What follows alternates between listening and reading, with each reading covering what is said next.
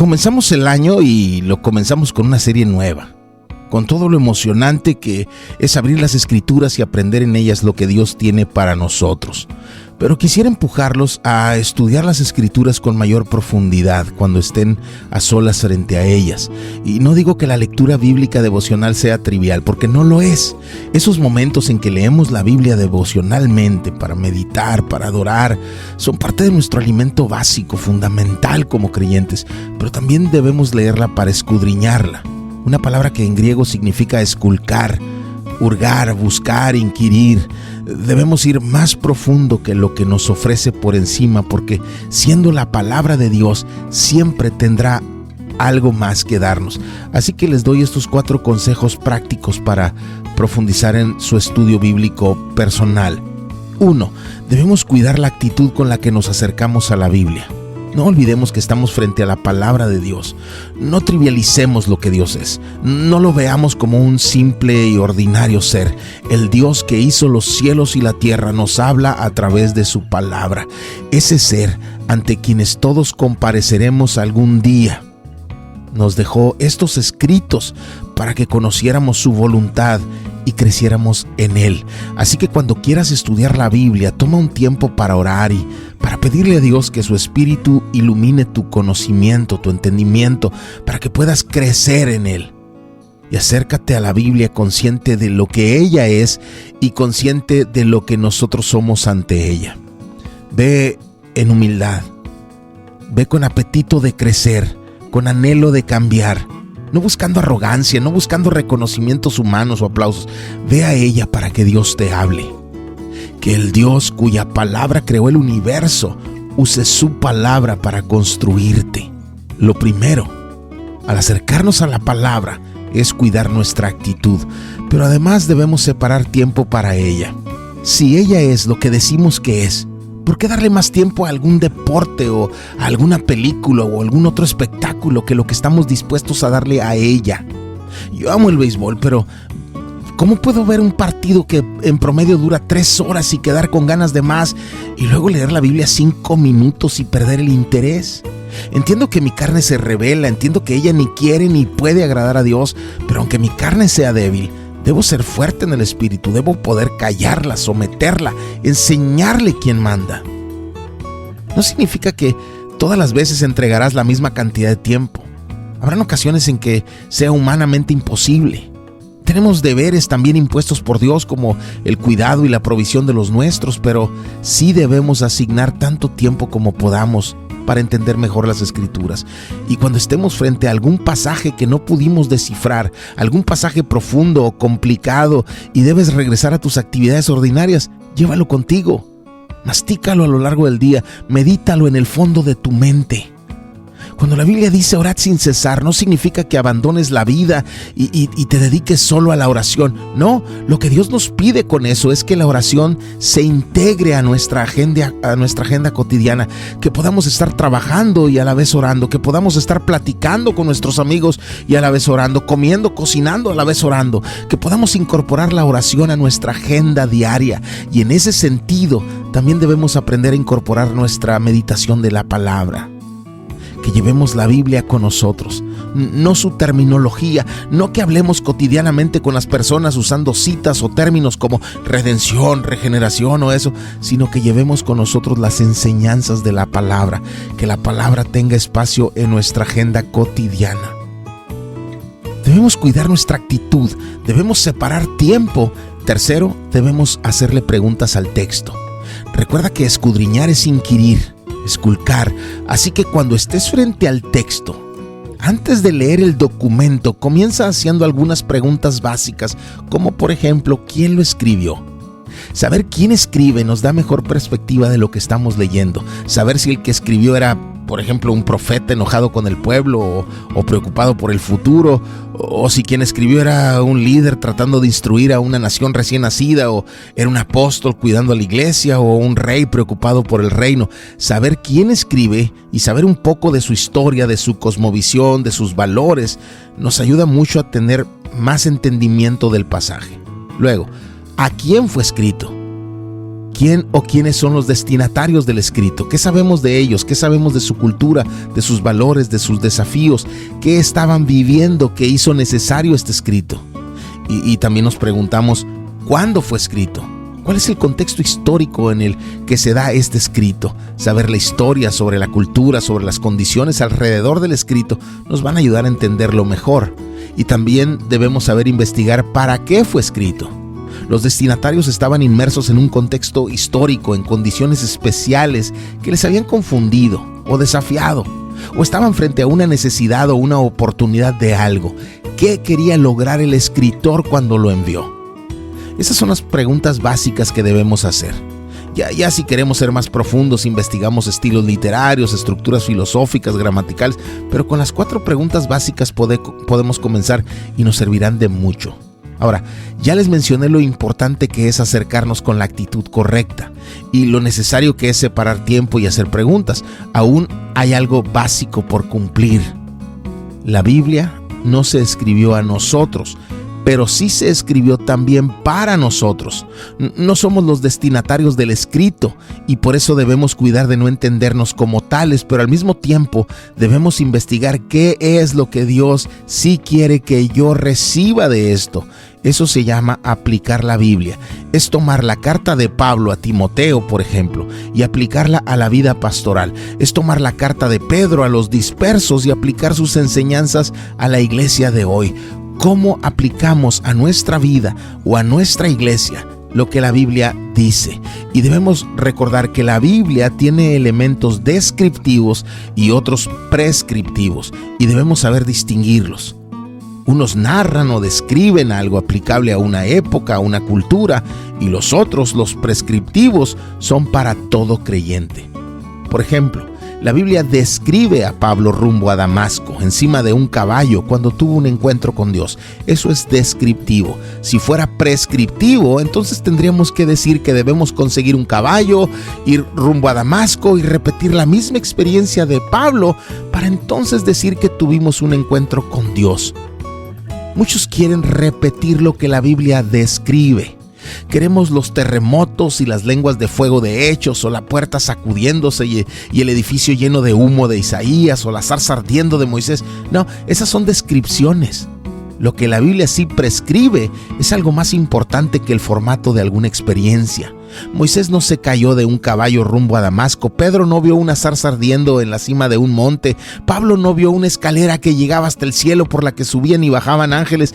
Cada quien en las Escrituras tuvo su propia experiencia, pero todos tuvieron un encuentro con Dios. Eso es lo que queremos, un encuentro. No queremos repetir la experiencia de otro, sino que ese Dios que se encontró con Daniel, con Eliseo, con Enoc, con Noé, se encuentre también con nosotros. Muy probablemente se hará una experiencia diferente, pero queremos el encuentro, no la experiencia de alguien más. No somos la iglesia de Corinto o los creyentes en Filipos. Han pasado 2 milenios de eso. Pero eso que se escribió a ellos también tiene algo para nosotros. Descubrir qué es y aplicarlo es parte de la tarea. Esas son las 4 cosas básicas que debemos hacer cuando nos acercamos a la palabra, buscando profundizar un poco más en ella. Y cuando estamos por comenzar el estudio de una nueva carta, vamos entonces a conocer algo de su trasfondo, que lo apreciamos en sus primeros 2 versículos. Pablo, apóstol de Jesucristo por la voluntad de Dios, y el hermano Timoteo, a los santos y fieles hermanos en Cristo que están en Colosas. Lo primero que notamos, que muy pocas veces le ponemos atención a estos detalles, es que no solo es Pablo quien escribe la carta. La coescribe con Timoteo. Y si alguien recién se sorprende porque no había puesto atención a eso, permítame decirle que no es la única carta coescrita por Timoteo. De hecho, solo 2 de todas las cartas de Pablo, fueron solo escritas por Pablo.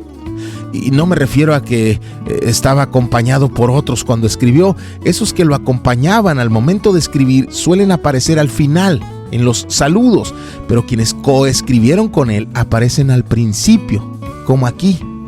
Y esto aquí nos dice que Timoteo colaboró con Pablo en el escrito. Tenemos más escritos, pon atención, tenemos más escritos en los que participó Timoteo que en los que participó Pedro o Jacobo o Judas o Santiago. Pero eso no es tan difícil. Pedro tiene 2 escritos y los otros escritores escribieron muy brevemente. Pero esto otro quizás sí te sorprenda, porque tradicionalmente se le han atribuido 5 escritos al apóstol Juan. Ya hoy se debaten algunos, pero tradicionalmente se ha dicho que Juan escribió 5. Pero si leemos las cartas de Pablo, nos sorprenderá descubrir que Timoteo coescribió al menos 6 de ellas. Y digo al menos porque la de Gálatas, capítulo 1, versículo 2, no nos aclara quiénes coescribieron con Pablo, solo dice que habían otros con él. Así que aunque según la tradición hay 5 libros de Juan, de Timoteo hay al menos 6.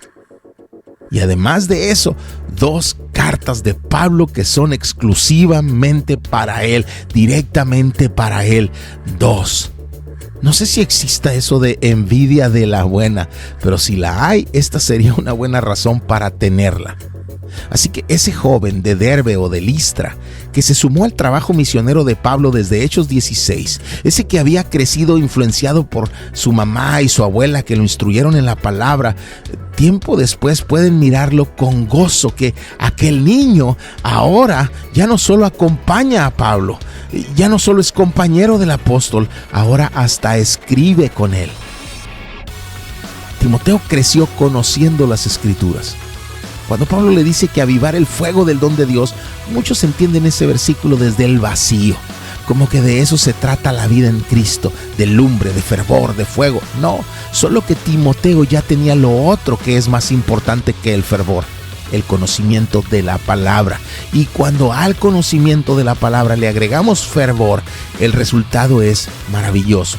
Pero si algo es imprescindible, es el conocimiento de la palabra.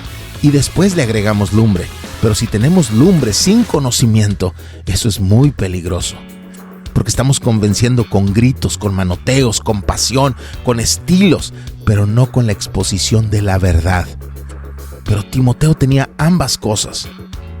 Y además, tenía personas que le amaban y le empujaban. No todos seremos Timoteos, no todos viajaremos con un apóstol y escribiremos con él a las cartas de las iglesias que están haciendo, pero sí podemos amar a los Timoteos de hoy. Y amar a los que sirven, y amar el esfuerzo de ellos y orar por ellos. Y Dios bendiga a los que van, a los que enseñan, a los que cuidan al rebaño. Pero hay 2 cosas que me interesan mucho que ustedes tengan grabadas en su mente cuando piensen en Timoteo. La primera es que Pablo lo amaba como si fuera su propio hijo. Y no solo eso, también podemos leer que confiaba en el carácter de ese joven. Les voy a leer 4 versículos de Filipenses 2. Escuchen lo que Pablo escribe de Timoteo.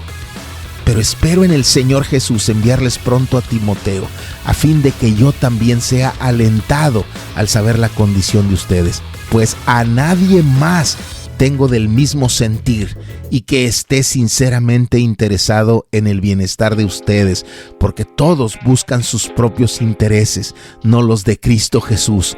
Pero ustedes conocen los probados méritos de Timoteo, que sirvió conmigo en la propagación del Evangelio como un hijo sirve a su padre. ¡Wow! Ese es Timoteo. ¡Qué personaje!, ¿no? Pero Timoteo no solo era eso que admiramos. Timoteo era a la misma vez un cúmulo de cosas que muchos se avergonzarían de cargar. Por ejemplo, Timoteo era enfermizo, es decir, era físicamente débil. Otra cosa que podemos decir de él es que era tímido, o sea, que también era de ánimo débil. Por eso Pablo le recuerda ponerle fervor, ponerle fuego a su vida. Y menciono esto porque siempre me emociona ver que Dios usa a aquellos a quienes muchos despreciarían, a aquello que Pablo llama lo vil y menospreciado, que escogió Dios para avergonzar a los sabios. Timoteo era especial porque amaba a Dios y porque Dios lo amaba. Pero aparte de eso, era igual como cualquiera de nosotros. Y si amamos a Dios y sabemos que también somos amados por Él, entonces somos en potencia otro Timoteo caminando por el mundo, y Dios puede sorprendernos llevándonos a hacer cosas que hoy ni siquiera imaginamos. Pero aquí está Timoteo coescribiendo una carta con Pablo.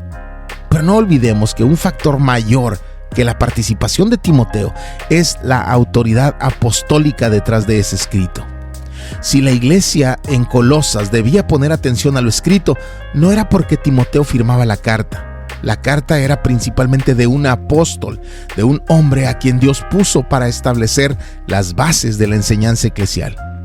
Siempre que Pablo escribía a la iglesia, firmaba como apóstol, porque eso le daba autoridad al escrito. Por eso, cuando leemos 2 Corintios, te das cuenta que aunque muchos creyentes de Corinto habían puesto atención a lo escrito por Pablo en la carta anterior, uno que otro lo cuestionó. Y el argumento bajo el que se atrevieron a poner en entredicho lo escrito por Pablo fue desacreditándolo como apóstol. Lean los últimos 4 capítulos de 2 Corintios para ver a Pablo defendiendo su apostolado, porque ser apóstol le daba más peso a su escrito. Pablo fue el último de los apóstoles, 1 Corintios 15, versículos 7 al 9. No hay más apóstoles después de él. Pero en ese entonces, además de él, había un grupo de hombres a quienes Dios envió. Eso significa apóstol, enviado. Y ellos establecieron el fundamento de nuestra doctrina. Cuando ahora surgen estos nuevos, entre comillas, apóstoles, es porque hay hombres tan perversos, o al menos tan confundidos o ignorantes, que creen que lo que ellos digan puede ser fundamento de la iglesia. En términos prácticos, eso es como poner la palabra de ellos a la altura de la Biblia. No, ya no hay apóstoles. Pero en esa era sí habían. Y la carta que estamos por estudiar la firmó uno de ellos. Eso le daba carácter especial a este escrito. Pero cuando hablo de la autoridad apostólica, no quiero decir que Pablo o los otros apóstoles eran un grupo supremo, un equipo de élite intocable o inalcanzable. No, la autoridad no estaba en Pablo. La autoridad apostólica estaba en quien llama, no en el llamado. Pablo deja eso muy en claro en muchos de sus escritos, e incluso llegó a decir que si él mismo trajese una enseñanza diferente a la que debía traer, que fuese tenido como anatema, como maldito, como despreciable. Gálatas 1. Cuando Pablo firma como apóstol, no es para que le creamos, no es para que le obedezcamos, no es para que le honremos, es para que sepamos que él nos está compartiendo un mensaje que le fue encomendado. Él es un apóstol, un enviado por Cristo, y no llegó ahí por ganas, sino solo porque Dios quiso. Él es solo el apóstol, el enviado, solo porta un mensaje. De hecho, la raíz de apóstol es la misma que de epístola, una carta que ha sido enviada para llevar un mensaje. Eso es un apóstol. Su autoridad no está en lo que es, como la autoridad de la carta no está en la tinta. La autoridad está en quien la envía. Así que aunque decimos y entendemos que Pablo fue el medio, debemos entender también que quien está detrás de todo es el Señor, construyendo a su pueblo a través de herramientas humanas, porque Él llama a quien quiere, pero la iglesia es de Cristo, y es Cristo quien la edifica con su palabra. Y hasta aquí ya hemos dicho varias cosas, y pudimos haber dicho incluso más, y aún no salimos del primer versículo y apenas nos hemos respondido la primera pregunta: ¿quién escribió? Y seguimos leyendo y nos queda claro a quién se escribió. Es una carta dirigida a hombres y mujeres que viven en Cristo. De ahí el título de la serie: personas que viven en Cristo, a quienes Pablo quiere enseñar más profundamente lo que eso significa. Y a medida que estudiemos la carta aprenderemos más sobre esto. Pero hay otro detalle que también es evidente desde el principio. Esos creyentes estaban en la alguna vez famosa ciudad de Colosas. ¿Por qué es importante entender eso? Porque eso nos da luz sobre el contexto en el que esa iglesia existía. Por eso es importante saber un poco acerca de esa ciudad. Así que comencemos por ponerla en el mapa, saber dónde estaba, lo que nos arrojará más luz al contenido de la carta. Para ubicarla en el mapa, comencemos poniendo primero a la ciudad más famosa de la Biblia, la que fue el trono de David, la que fue la casa del templo y donde nuestro Señor murió y resucitó, la ciudad donde nació la iglesia, la ciudad donde se derramó por primera vez el Espíritu Santo, la ciudad de Jerusalén. Pero además de Jerusalén, pensando en la relevancia para la historia de la iglesia y de la Biblia, tenemos que ubicar a Alejandría, la ciudad donde se tradujo la Septuaginta, la Biblia que usó Jesús y los apóstoles, una ciudad famosa por su biblioteca y su cúmulo de sabiduría mundial. Mucha de la teología de la historia eclesial nació desde ahí o como consecuencia de lo que pasó ahí.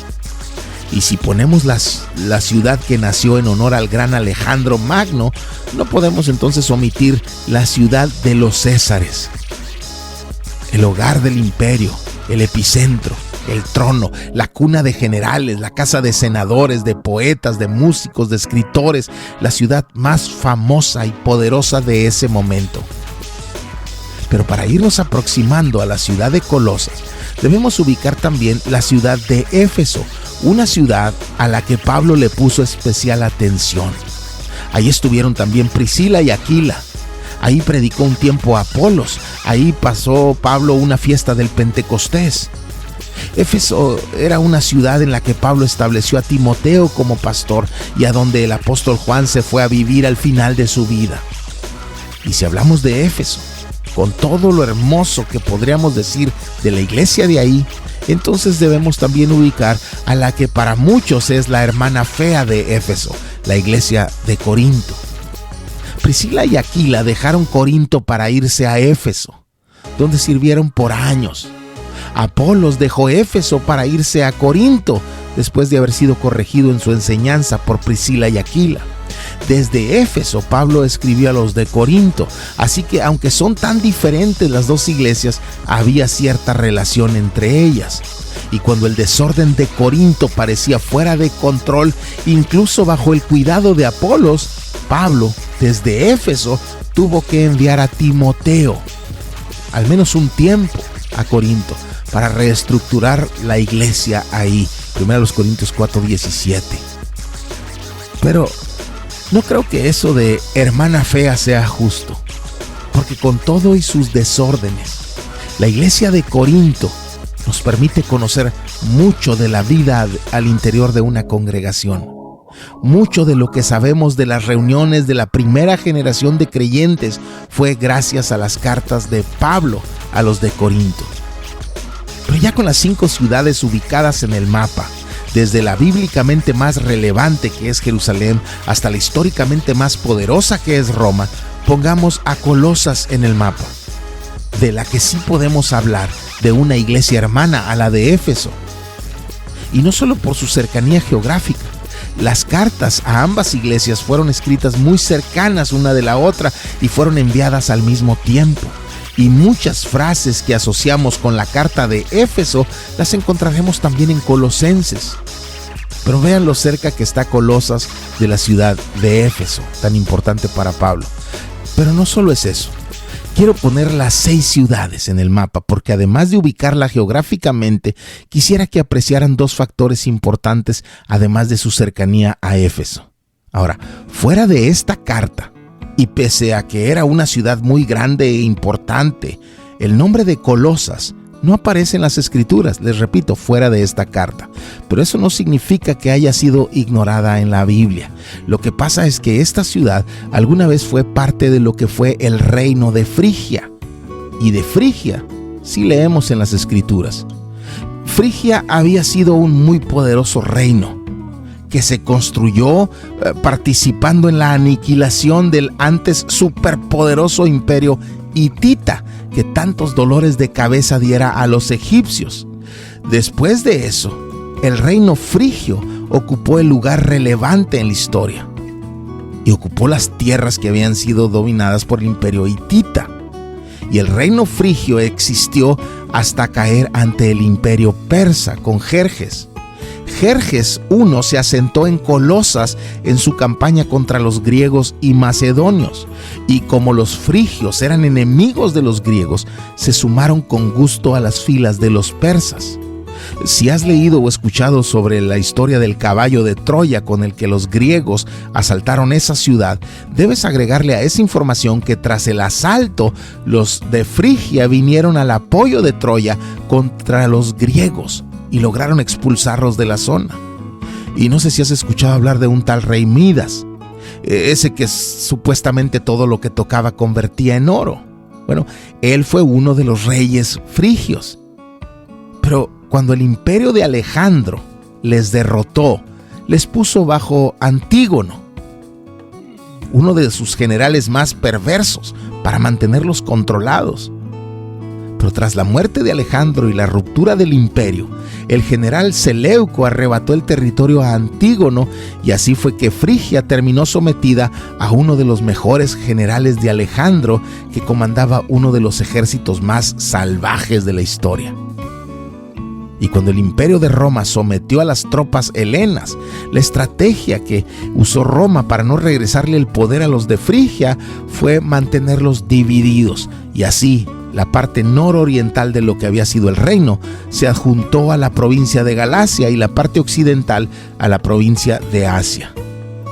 Aún así, la gente seguía llamando Frigia a esa parte del mundo, aun cuando el reino de Frigia ya no existía.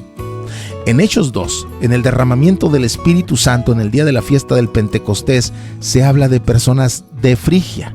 En Hechos 16, cuando Pablo tuvo aquella visión que le hizo ir a Macedonia, Pablo había estado predicando en Frigia y Galacia y le fue impedido predicar en Asia.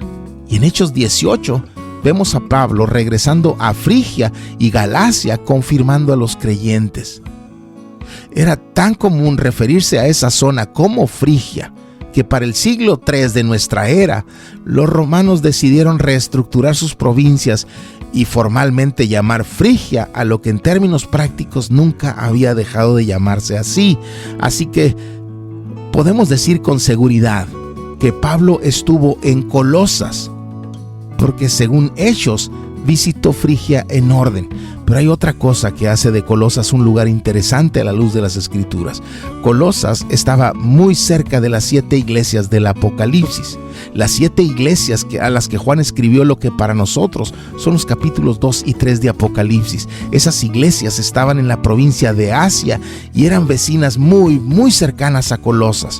Y una de esas 7 iglesias del Apocalipsis era la ya mencionada iglesia de Éfeso. Y es maravilloso encontrarte con todas estas historias a lo largo de las Escrituras. Así que vamos a seguir viendo trasfondos interesantes de la carta de Colosenses, todavía sin entrar en ella, porque todavía tenemos mucho que ver detrás del escenario y darnos cuenta cómo es que se construyó, que se tejió esto que en el frente, en la portada, en la fachada es una iglesia, pero todo el trabajo y toda la gente y todas las historias que hay detrás son muy interesantes. Pero vamos a requerir de más tiempo para eso, así que lo haremos después. Pero oro porque esta serie sea de mucha edificación y nos permita conocer más a nuestro Señor y aprender a vivir mejor en Él. Lean Colosenses y que Dios nos edifique con su palabra.